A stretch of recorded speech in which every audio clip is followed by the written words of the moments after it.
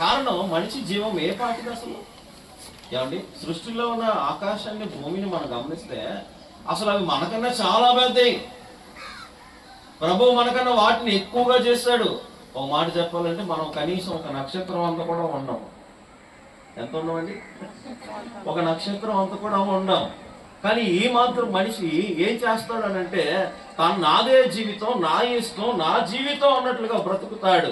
అక్కడ చెప్పాడండి, ఎవడో తన కోసమే బ్రతకడం, ఎవడో తన కోసమే చనిపోడు. ఇదేంటండి, నేను నా కోసం బ్రతుకుతున్నాను, నా బంధువుల కోసం బ్రతుకుతున్నాను, నా రక్త సంబంధుల కోసం బ్రతుకుతున్నాను, నా ఇంటి కోసం బ్రతుకుతున్నాను, లేదా నా పొలాల కోసం బ్రతుకుతున్నాను, లేదా నా బంగారు ఆస్తిపాస్తుల కోసం నేను బ్రతుకుతున్నా. ఇలా ఉంది మనిషి జీవితం. అయితే కానీ వాక్యం ఏం సెలవిస్తుందంటే, బైబిల్ ఏం చెప్తా ఉందంటే, ఓరి బాబు నువ్వు నీ కోసం కాదు బ్రతకాల్సింది, ప్రభువు కోసం బ్రతుకు. హల్లెలూయా. ఇది ఏదున్నా ఒకవేళ నువ్వు ఎంత సంపాదించినా, ఏమండి ఒక మాట ఉంటుందండి, ఏమనంటే ఎంత సంపాదించినా తెలుసా ఏది నీతో రాదని తెలుసా. ఏంటంట చెప్పండి, ఎంత సంపాదించినా ఏది నీతో రాదు. కన్ను మూయడం ఖాయం, నిన్ను మోయడం ఖాయం. మీరేం భయపడమాకండి. ఏమండి, నిజం నిజం ఎప్పుడు భయం కలిగించింది, నిజం ఎప్పుడు వణుకు పుట్టించింది. ఇది సత్యం.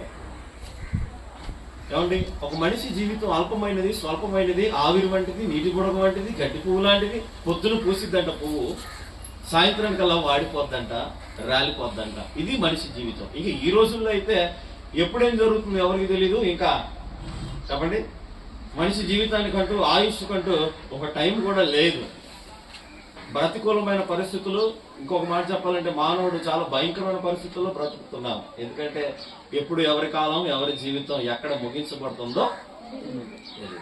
ఇంకొక మాట చెప్పాలంటే ఎప్పుడు కూడా నాకు ఒక మాట గుర్తొస్తా ఉంటుంది. ఏంటంటే ఒక మనిషి జీవితం, ఏమండి, ఒక చోట బస్సు ఎక్కుతాము, చెప్పండి, ఇంకో చోట బస్సు దిగుతాం. ఇదే మనిషి జీవితం. ఈ మధ్యలో ఉండేదంతా ప్రయాణం అంతే. కాకపోతే బ్రతికున్నంతసేపు కోప ద్వేషాలు, ఇంకా రోషాలు, ఇంకా ఏమైనా ఉన్నాయా,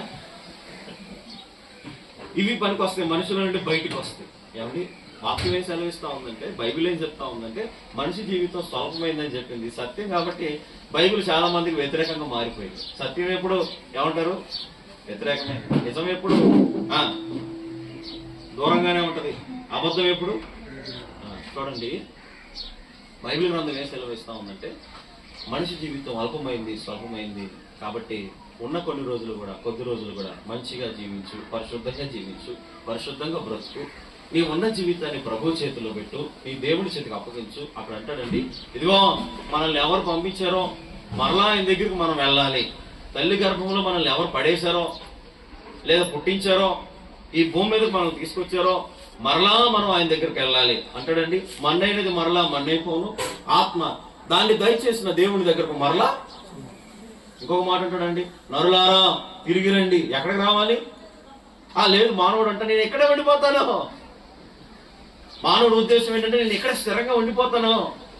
ఇక్కడ మనం కాంక్రీట్ తో బిల్డింగ్లు కట్టుకున్నంత మాత్రాన మన ఇల్లు ఉండిపోద్ది తప్ప మనం ఉండం. ఏమండి, అర్థమవుతుందని అనుకుంటున్నా. ఏమండి, కాంక్రీట్ తో ఇల్లు కట్టినంత మాత్రాన, ఇంకా స్లాబ్ వేసినంత మాత్రాన మన ఇల్లు ఇక్కడే ఉంటుంది, మనం కట్టిన ఇల్లు. కానీ మనం మాత్రం ఒకరోజు బస్సు దిగాల్సి వచ్చింది, ఒకరోజు పరలోకానికి ఎక్కవలసి వచ్చింది, ఒకరోజు మన జీవితం ముగించవలసి వచ్చింది, ఒకరోజు మన జీవితాన్ని అన్ని ఇక్కడ ఏం సంపాదించామో అదంతా కూడా ఇక్కడ వదిలిపెట్టి వెళ్ళిపోవాల్సిందే. ఎవరు కూడా ఏది కూడా తీసుకెళ్ళమండి. కానీ తీసుకెళ్లేవి ఒకటి రెండు ఉన్నాయి. ఏంటి అంటే, ఒకటి ఒక మనిషి జీవించిన జీవితం యొక్క సాక్ష్యం, తన భక్తి. అంతే. ఏంటంటే తన సాక్ష్యం, తన భక్తి, అంతే. యేసమ్మ గారు చాలా భక్తి పరురాలు అని నేను విన్నాను. ఎందుకంటే నాకు తక్కువ సమయం తెలుసు. ఆవిడ ఆఖరి మజిలీలో లేదంటే ఆఖరి ప్రయాణాల్లో నేనున్నాను, అంతే. ఆఖరిలో నేను వచ్చాను. కానీ ఎక్కువగా మావయ్య గారికి దైవ సేవకులు ఆ రీతిగానే తెలుసు. ఇక్కడ ఉన్న వాళ్ళందరికీ యేసమ్మ గారి గురించి, ఆవిడ జీవితం గురించి ఆవిడ భక్తి గురించి మరి తెలుసు, కొంతమందికి తెలుసు, బంధువులకు కూడా మంచిగా ప్రేమ పంచేవారని. ఇంకా ఒక్కొక్కరు ఒక్కొక్కటి చెప్తారు ఆమె గురించి అడిగితే. ఎందుకు అంటే మంచి జీవితాన్ని, మంచి భక్తిని కలిగి ఉంది ఆవిడ. ఏమండి, ఆఖరి వరకు కూడా ప్రభువునందు నమ్మకంగా జీవించింది, దేవుని యందు నమ్మకత్వం కలిగి ఉంది, ప్రభు యందు అద్భుతంగా జీవించింది, మంచి సాక్ష్యాన్ని పొందుకుని ఆవిడ తన కాలాన్ని ముగించింది. ఈ రోజు ఏం చెప్తుందంటే మనకి, ఇదిగో మనం ఎంతకాలం బ్రతికినా, ఎన్నేళ్లు బ్రతికినా, ఎన్నాళ్ళు ఉన్నా, ఎన్నేళ్లు మనం ఇక్కడ జీవించినా సరే, నాలాగే ఒక రోజు మీరు కూడా కాలాన్ని ముగించాలి. కాబట్టి దేని మీద కూడా ఎక్కువగా ఆశలు పెట్టుకోకూడదు, దేని మీద కూడా ఎక్కువగా మీరు ఆశలు పెట్టుకోకూడదు. ఎందుకంటే మన ఆశలన్నీ ఇక్కడే, చెప్పండి, ఇక్కడే, మాట చెప్పాలంటే ఇక్కడే సమాజం చేయబడతాయి అంతే. కానీ వాక్యం ఏం చెప్తా ఉందంటే, బైబిల్ ఏం చెప్తున్నారు అంటే, బైబిల్ ద్వారా ప్రభు మనతో ఏం మాట్లాడుతున్నాడు అంటే, శరీరానికి చావు ఉంది కానీ ఆత్మకు చావు లేదు. ఇది మానవుడు గ్రహించట్లేదు. ఏమండి, శరీరానికి ఏముందంట? శరీరానికి మరణం ఉంది కానీ ఆత్మకు మరణం లేదు. ఆత్మ యుగయుగాలు జీవిస్తుంది, అది మరణం లేనిదే ఆత్మ. కానీ మరణం ఉన్నది శరీరానికి మాత్రమే.